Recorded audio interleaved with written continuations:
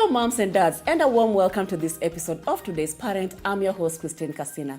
In today's episode, we are talking about the joys and challenges of raising a child with autism. We are joined by a beautiful mom, Sylvia Mora, mother of 3 boys, 2 of whom have autism. Sylvia, welcome to Today's Parent. Thank you. How many people do you meet and you tell them you're a mom, they tell you, no way? Everyone. Yeah? Everyone. Like, they want evidence. They were like, how old? Then when you say how old, now you even make... And how old, by the way? 13 and a half, 9 and a half, and 8. So you have a teen, yes, a 9-year-old, yes, and 8-year-old. Yes. Some of us, when we had our first boss, we could barely get the time to draw even one eyebrow. So you're doing very well. Yes. You do us proud. So back to the topic of today. Yes. You have 3 boys. Yes. 2 of whom are autistic. Yes. So your first one is okay, right? 100%, yes. Yeah. And then you got pregnant with your second one. No, I lost one in between. Polly. Then I got the third one. Right. Now who's autistic, and you know, autism comes with comorbid conditions or diseases. So he also has convulsive disorder.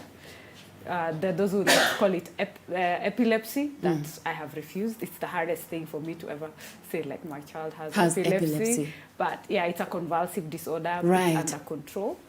Then before I could say mwe. Because the difference between your second one and your third one is 1 year. Oh yeah, relatively. A few months, 1 year something. When Andrew was 6, that's when I got pregnant. With your last one? Yeah, 6 months, then I got pregnant. So when he was 18, 18 months is when I was giving birth to my last born. All right, so let's just go back to your second one. Yes. You discover you're pregnant. How was your pregnancy? An easy one, smooth one? It was very smooth, easy. I used to eat a lot of fries and 1 liter Del Monte mango juice, very specific. And it has to be from Sanford. And quarter chicken alone. So pregnancy was wonderful. Yes, very wonderful. Then you give birth. Then now I am a workaholic, which I have no apologies for. I love my work. I'm very active. I wonder why you're whispering. Don't worry, you are very many. Yes, we are very many. So I was handling a very heavy project at the time, solely, where I used to work. So when I just signed off, and then I started feeling unwell, then I realized my waters had drained a bit. So I rushed to the hospital. Then that's when we were told, okay, now this is, you can't go, let's give it a few days, see if the water will, like there's a certain amount of amniotic fluid you should have, and some of it had drained. So it took me another 1 week before I could, then they realized it's not replicating, so they had to induce and also now inject the one for making him be able to breathe on his own, because it was week 35. So it was close but not close enough. Yeah. So we induced him, it wasn't working. Second induction, not working. Third induction was going in reverse. You know the way it is, it comes, then it gets closer. Mine was so close that it disappeared. Oh. So finally we just decided, okay, you know what, let's just go reel you in for CS. Right. And yeah, I can't tell what happened in that space, because it was full. I was made, what do they call it again? Like fully... Yeah, I was fully induced. With an anesthesia, right? Sleeping, yes. So, and they didn't allow my then husband, because now I'm currently divorced, to actually be in the room. So none of us can actually tell. All he says is they came out with the baby and he was put in an incubator, oxygen and all that. Okay. But do you think that was a factor that then led to him being autistic? Yes, most of the time what happens during birth, during your pregnancy, can contribute, even the first 5 years. Yes. So no one actually knows the cause of autism, but there are factors that contribute towards it. The way we live, our environment, and there is a certain component apparently in the vaccine that people talk about. But you see, it is genetic also. So there's something that also triggers it automatically. So you could be having it in your genes, but it's not triggered. Until, you understand? Yeah. So there are those who've had triggers when they say, oh, I took this vaccine, then my child turned. So you see, it was in you, but then there is that trigger. Right. So there is a case study that has been done in the US for that. Okay. So it's not fully, you can't say, oh, it's vaccines. You can't say, oh, it's because it was CS, because there are some people say, oh, because I had CS. That's because yes. This is the reason why. But you need to see the entire journey of your pregnancy, what happened at the point of delivery and the first few. Because there is a parent whose child just fell off a bike And it was downhill from there. So you don't know what traumatic event in a child's life that could have can led actually, to. Okay. Yeah. There are those who can't even trace because it's none of the above. So we say autism is a spectrum, a very wide spectrum. And a very, very wide spectrum. You can't have two autistic kids that are identical in their signs and symptoms and their behavior. And now that you have two. Yes, they are totally like one end and another end all together. Because you find my last born is more of ADHD, so which ADHD can also be a comorbid. Comorbid is a coexisting. You see, remember what I said about epilepsy? Right. So even that could be a comorbid of autism. Yeah, so the first time, it was hard accepting that the second child is also, because I was focusing. When did you discover your second one has autism? When I took Andrew, the middle child, for assessment, then you see, of course, you can tell there are signs and symptoms that can trigger when a child is not meeting their milestones. Like they're supposed to be crawling, they're supposed to be walking, missed that. they're supposed to be and talking. Of course, all kids are different, but you can always tell. Yeah. And then they're supposed to give you eye contact. You find they're even breastfeeding, the way they latch is not the same. So those are some of the things that can indicate. They're not a sure factor, but should just tell you, like, I need to pay attention to this child a bit more. And children who are born with jaundice, both of them had jaundice. Jaundice is the way you're told, oh, their eyes are yellow, you need to take them out to the sun. So very severe jaundice is an indicator of autism also. Who would have thought? Yes. So, and then when you're seeing your child sleeping, you say mtoto wangu halali. Insomnia is another thing. When you look also at the way, how active, how much time they stay awake, how much time they sleep, how they cry. There's regular, there's irregular. And then when we're having colic, gastro issues, actually our gastrointestines are very connected to management and all the things autism. And we think colic is a and normal thing. You'll just be told gripe water. Kids get colic, it's normal. Everyone will tell you it's normal. But these are some of the telltale signs. Right. And that's why here in Africa we miss early intervention and early diagnosis, because even our own nurses, we're done an awareness in 16 counties. Only about 10 to 30% of the nurses knew about signs and symptoms of autism, because you'll be told every child is different. That's a small percentage. And they're the ones with the profession. And they're the ones who are our first. When I'm taking my child for... that's the first contact. Yes, that's the first contact. A triage, they're the first contact. So if they're not the ones to tell you... To pick it, there's something delayed, off. Something is off. So we really, really need to look into all these small things and educate parents and new parents. I hear you. So second one, you discovered by at least year 1, year 2. Yeah, early enough, because now I have this one. When you have one, every other child you get will always be not at risk, but should be looked at closely. So they had already raised like, we need to observe. And I was like, no, please, let's start to chase jokes. Because it's so hard. I was already a single parent at this time, because we separated when my son was 3 weeks old when my marriage couldn't crumbled. Yeah, it didn't crumble. Just these things end. You just have to embrace it and move on. It ended. It can't work. Move on. Yes. So at that point, I'm trying to deal with this new diagnosis. That's a lot to deal with. Yes, it was a handful, but Mundo strong.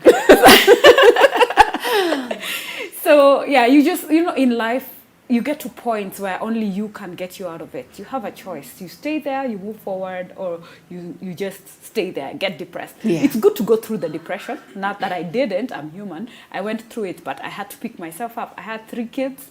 One is 3 weeks old. You're homeless somewhere, trying to get your life together. I have no job. I'm just trying to put my hand in business. There is no other way than up, man. Yep. The only way is up. Yeah, so I didn't want to hear that story of your child is autistic. So it took a while. I actually accepted it in all sincerity beginning of last year, because I tried so hard to fit him into a normal setup. Are we talking about your second one or your third one? The third one I've accepted, because how the second born came about. First, we saw the comorbid condition. This is the convulsion. He started getting them at 3 months old.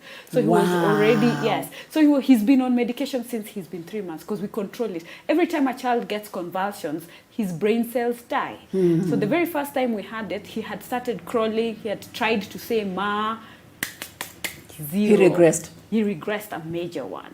So now you embrace that. Then now the milestones are not coming, so you're trying to do all you can. So when Bradley was born, Bradley is your last one? Yeah, the last one. So let's say A and B, because it's Andrew and Bradley, right? So So when baby when baby B was born, we had already done tests and ascertained there was like what the doctors said, they found that he had a sclerosis in his head. Right. Then there was some liquid that was not fully there.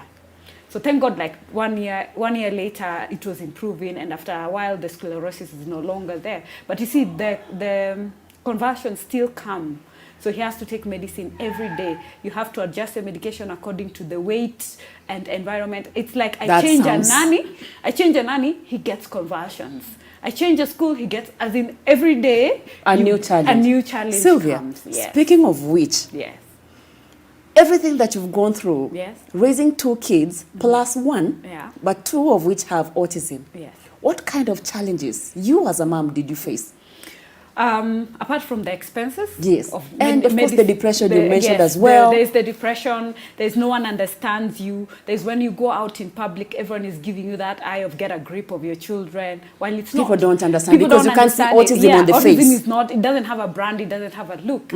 And you know, because people just think you have spoilt brats. But you see, the other thing is our environment is not conducive for them. So autism reacts in, if you put me in this water, how will I react to it? So we are the ones to embrace them, not for them to adjust to us. So how do you deal, especially when you go in public and your children are themselves, and the world around cannot understand?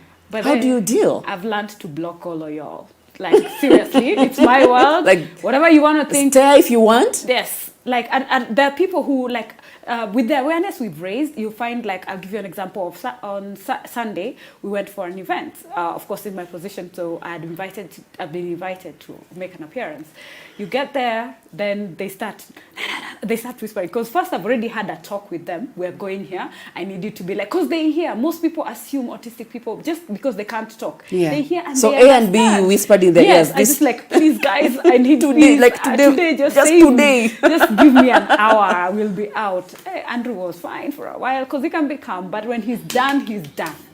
So he's already started pulling. I want to start. Bradley wants to take photos, and then they're moving the chairs, so everyone is looking at you, and you're like, get a grip, you know. And I'm just looking like I have no idea what is going on. Like whose children are those? Who are you? But then I'm like, shh. So they know when you say shh, like they need to calm down. But it gets to a point they can't just keep calm. That's them.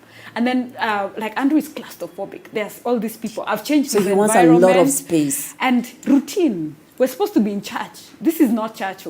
So for him, he gave you the best he could. So of course he was like, Mom, we go. Picks my bags and tells me, we need to leave. Go. Yeah, out we go. And I'm like, and maybe you've just come in, no, it's been 10 minutes, right? You've just been called to go to the podium and you're like, just give me 2 minutes. It now becomes a begging, no, like, Mom, let's give want to anyway, go. Story of our life. So I had to go outside. Then someone comes out and like, your child is autistic, right? Don't worry, it's going to be fine. We need more of that. Like, wonderful. Understand. Don't come judging me like, you need to get your kids together, let them stop pulling chairs. Like, just live 1 second in my shoe, But not everyone understands. We excuse you, but make an effort. No. Like, just make an effort. Speaking about A and B, yes. How do they cope in school? School, like I said, routine is bliss for them. And then they're in a special school. Right. One of the other challenges is finding the right school, finding medical care. So long as, like, you've taken care of now the other comorbid diseases, so that you find, like, his epilepsy, yeah. Convulsive disorder. Not epilepsy? Yes. His convulsive disorder is under control. Yeah. So that means he can now settle more. So he can pay attention in class. But before we could get here, we had seen enough nannies, enough schools where there's a school even where we went and you were like, yeah, we can take him. Yeah, fine. He's enrolled. 2 weeks later, you get a phone call. No, yeah, you get a phone call. We need another nanny for him in school. I'm like, you guys, I don't grow money. Like, I don't go pluck it. While you're still growing money and thinking how you're going to pluck it, let's take a short break and then we continue when we come back. All right.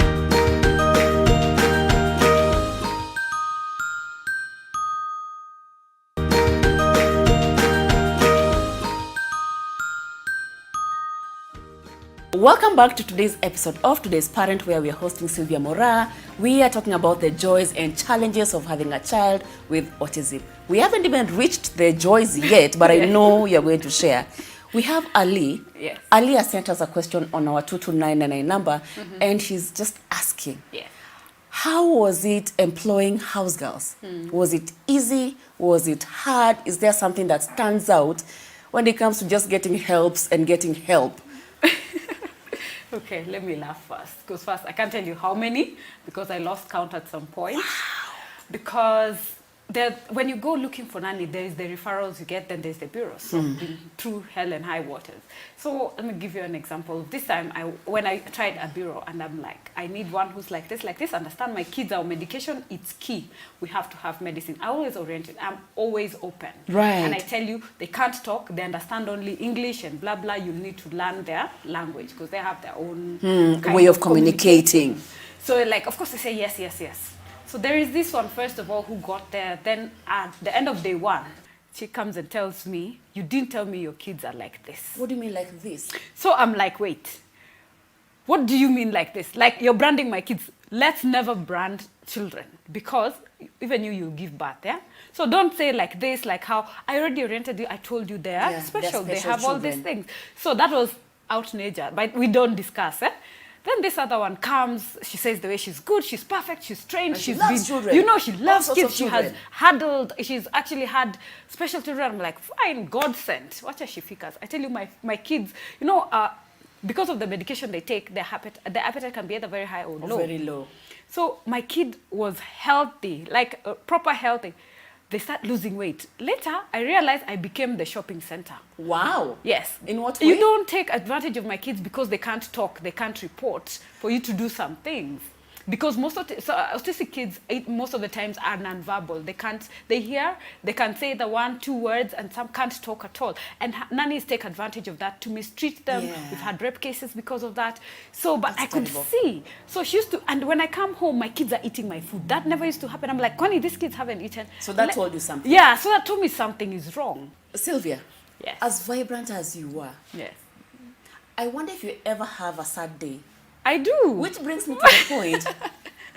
What's the most precious, like a happy moment, or happy moments you can think of with Andrew and Bradley? Like the joys of raising a child with autism. What comes to mind? First thing is when I'm low. I could sit next to you as my friend, you wouldn't know. My son will know even from one phone call that makes me unhappy. Wow. And because you see, as much as they don't have all these other things, there's always that special gift that they have. Mine is just love, like, and in the purest of form. I can be mad and scream, and I say sorry, and that story ends there. And next is like, I love you. And they're the one who will come and say, Mommy, are you okay? Like, are you fine? Do you need, and I have gentlemen. I tell you, I get my doors opened, my bags carried, yes, like I have side to side and at the back. So like the amount, yes, the amount of love I get from my kids can't compare. That's why wonderful. There are people who ask me, oh, you're all fine, you don't have a man. The men I have handle that, you know, like I get love in overdose, right? Wow, that's so beautiful. They love like genuinely, wholeheartedly, and then when they listen to music and they get excited. Wow. And I just like my worries just melt. Like they start jumping, dancing, they pull me, force me to dance with them, and when they get into water bodies. So we went out like on vacation with their guardian and the kids. So we just got into the place. Of course, baby D, that's the first one, Daniel, D says, I want to go check out pool tables and stuff. I'm like, okay, go with A, because he also likes to go around and stuff. So D, of course, is in a different level. Of course, he forgets. So we're still settling. Brad was very small, so he's there, I'm settling him in. Then I turn and I see Daniel went, Andrew has seen water, he was just dashing to that straight pool. To the water. Have you ever done? Slow motion. Thank you. In me, I was like, no, I can't move, I can't. No. Like, do I leave this one? Do I go there? Wow. So the guardian just dashed. Have you ever seen everyone in their seat just jumping? We caught him mid-air. Like he was jumping into the pool. That's how delicate and he's handling thinking a to special himself, child is. oh man, he's like, hey man, you know, as you're like, no. So what that tells you two things: they are not afraid. Fear is not something they have in their DNA. So they don't, like, even Bradley will see a car. To him, mommy's car is not harmful. He's been hit by a car, he's fallen from first floor. Sorry. He's like, there's something like you have to be extra cautious. He's not. So that sense of danger, that sense of danger, they don't have. Not all of them, but yeah, some of them. Like water now. After that is when they have that very intense shaking moment is when they realize, okay, there's this thing I need to keep off. Right. So like that on him, he was in heaven as we're like just seeing drowning danger and Yeah. whatnot. So these Yeah. days he knows he has to go with someone when there's water, and he'll tell you, I want to swim. Okay. Because at least they've learned 1-1-1-1. So they just don't bolt. Then Okay. there's something called escapism. I'm sure you've been seeing a lot of lost children who are autistic. So anywhere we go, actually I had a tag thing. Like it's a bag, but it's a tag. You know the way you have a dog Yes. when you're walking a dog. Trust Like you a me, child for leash. for us that's very convenient. Because like for me having two, I could focus on Andrew. I turn Bradley's gone. And Yeah. Brad is the one who's hyper. So you will turn like him, he gets this, he gets distracted. He's gone. Yeah. Then being in crowds is not their thing. Because there is this thing about the way we can focus. We have the ability to block out everything. For them, all their senses are active at the same time. Everywhere. Their vision is 360. They can hear everything. So if you put them out on the road, that's when you see meltdown. Like they so start they're crying. They're overstimulated. They're they have overstimulated. like too much. It's just too much. It's called a sensory overload. Right. So that's why you see they'll cry, they'll act out, they'll rock, they try to calm themselves down in very many ways. So when you're out in public and you see that, just understand, you know, when I went to get their passports. I can imagine. Hey, In a very public I place. nearly got arrested. Because? First of all, I don't look like a mother. Then you're here with kids who have thrown a tantrum, two of them, because it's overcrowded. And you have to, of course, you have to go Then with these the are the kids. challenges that we go through. Like if I say my kids are special, I need fast track. People will look at them like, Because please, they look don't, okay. yeah, they look fine. Stop Stop playing playing us, with you know? us, you know, until they have a meltdown, which is already too late because I've tried to contain them as much as possible. I tell you, it took us an hour to take a photo. Wow. An hour. Because he's already gone through the meltdown, he can't come down, he's started removing his clothes, it's hot. And then you know the other thing, like Andrew cannot tell you what, he doesn't know how to communicate some feelings. He knows, like, I pinched you. Yeah. Because he saw it, he can Right. relate. I got pinched, and then I got scratched, I felt it, I saw, I can see an indicator. The internal pains. He doesn't know how to communicate. I have a headache, and he doesn't know how to say uchungu. We're trying. At least Bradley has, and he's he's able to articulate. Like he came up with a word like my tummy aches. So that's my stomach and tummy. So we confuse them because at home we'll tell him stomach. Maybe someone else will tell him tummy. So they stomach. learn. But So he at says least he's his tummy. communicating. Yeah, at least he's communicating. So for Andrew, like just in December, he had a flu. That's what we can see with our eyes. But actually, he was developing pneumonia. Wow. So we are treating this, the A sore ENT, throat and, you know, very a flu. heavy. We are in and out of hospital, crazy fevers. Remember, we're trying, he's getting convulsions because of fevers also. Then we get there. By the time we find out that it's pneumonia, his entire lung dangerous. had already gone. Because he was now in constantly having convulsions around. We've maxed everything we can do. I'm so sorry. So those are some of the very, very heavy challenges, especially when they can't speak, they can't communicate some of the things that they go through. Us as caregivers, we suffer. We are pleading with government to, like, we have parents whose kids can't take themselves to the toilet. They're not potty trained until like 10 years, 7 years. Wow, stuff. so they have to we be have on to use diapers for so long. All we ask is like, give us access, at least give us vouchers or something. You can analyze, our doctors can tell you, you can't see. When we give ARVs for free, my child is on medication every day, 500 bob. That's not I'm cheap. a single parent. That's not cheap. Right? I still have to raise them. I still have to raise the older one. I still have to take them to a special school. Bare minimum you'll ever get is like 50 grand if you want per term.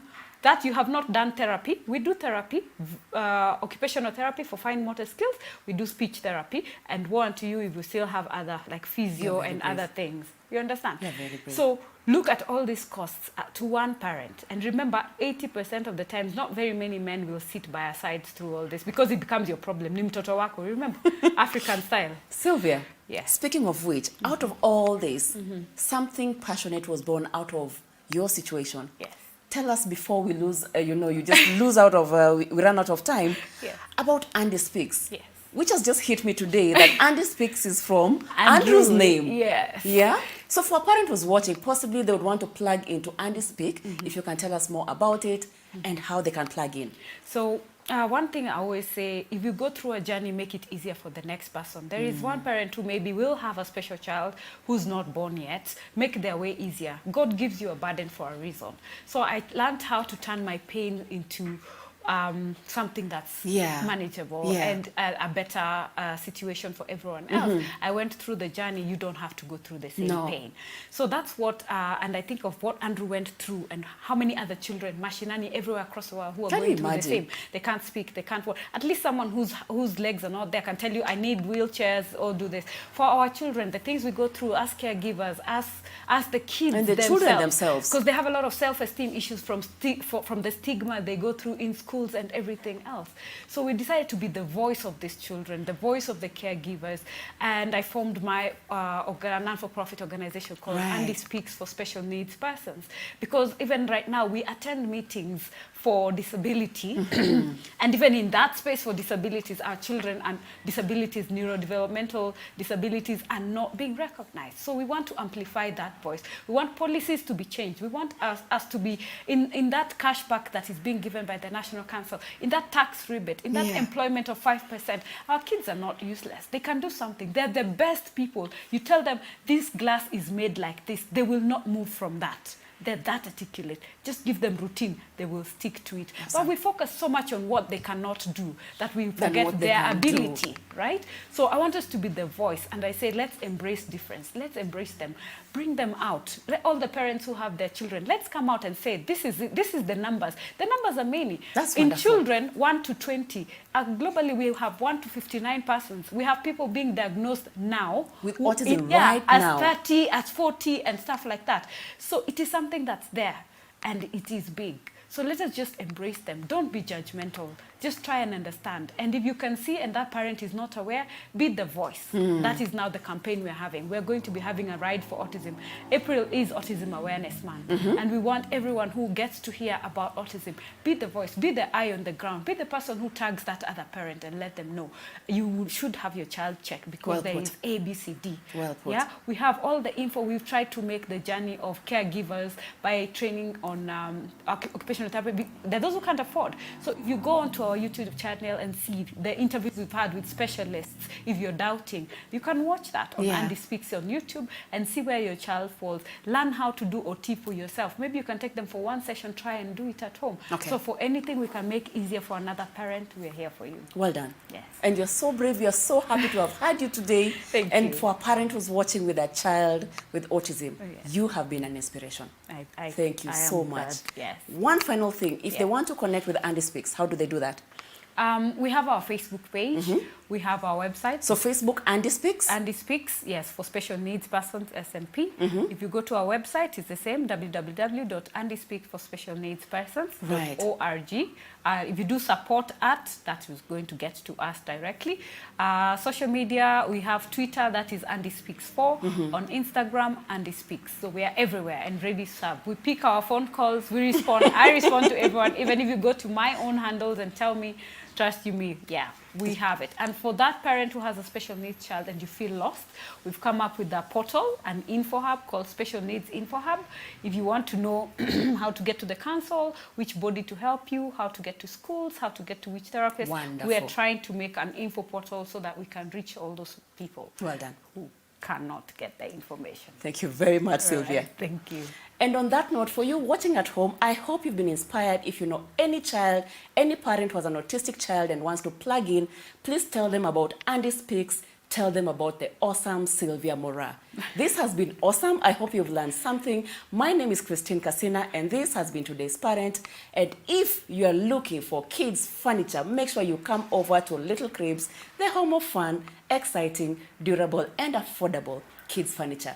Don't walk the parenting journey alone. Make sure you have information that is going to help you, and we have it over at Supermamas, www.supermamas.co.ke. Thank you so much for watching. See you next time.